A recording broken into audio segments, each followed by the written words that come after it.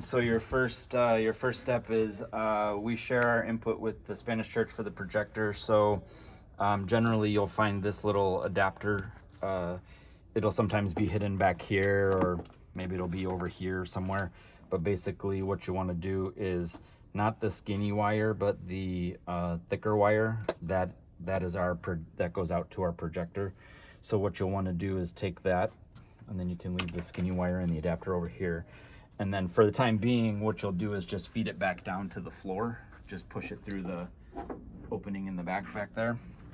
And then, yes, thank you. You'll pick it up down here.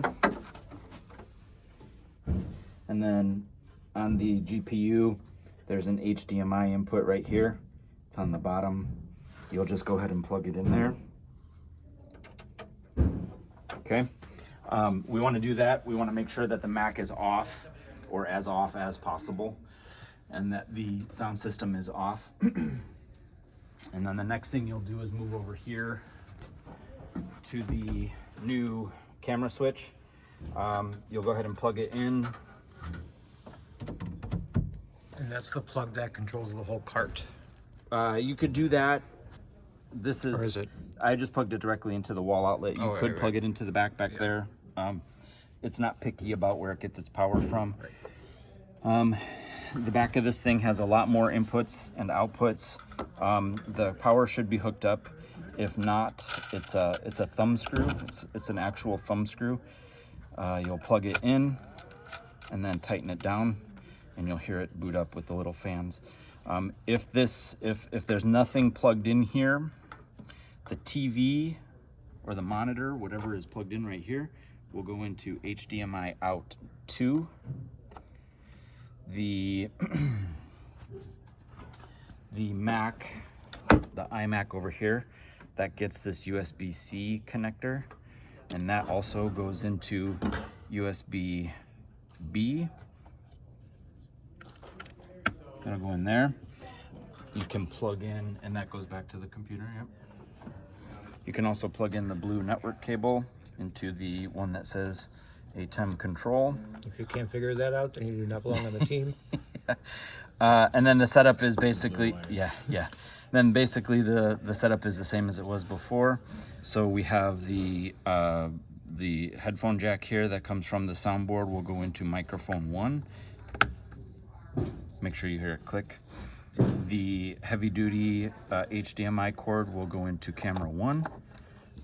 Then the red one will go into number 2.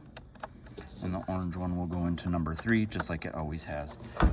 Okay, and that is basically the setup. This TV also has a power button, and one of the buttons back here is power, and it'll turn on. And when that turns on, it should turn on into the multi-view here. Multi-view is going to give you camera 1, 2, and 3 in the small squares here. It's going to give you a preview and a program, and then it's going to give you this square here with the audio inputs, so we can make sure that audio is coming in on the correct channels. The startup state here on the camera switcher should be such that you don't have to do anything besides push your camera buttons to make it switch cameras, just like before. Everything should be as it was previously. Okay, now what you'll want to do now, if this computer wasn't on, you'll want to go ahead and turn it on. Let it boot up, at least to the login window. And at that point, you could turn on the projector. In this example, we had the projector on already. Use your imagination. Yeah. Oh, I turned it on. It's on. Click. Put in your password. Okay. And once we're here, you can go ahead and press the on button for New Hope.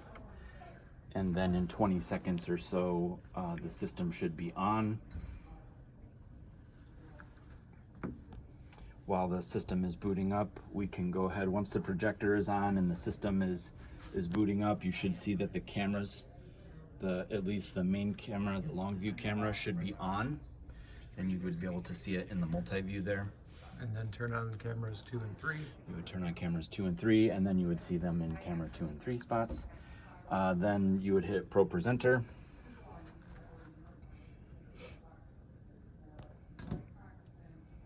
Okay.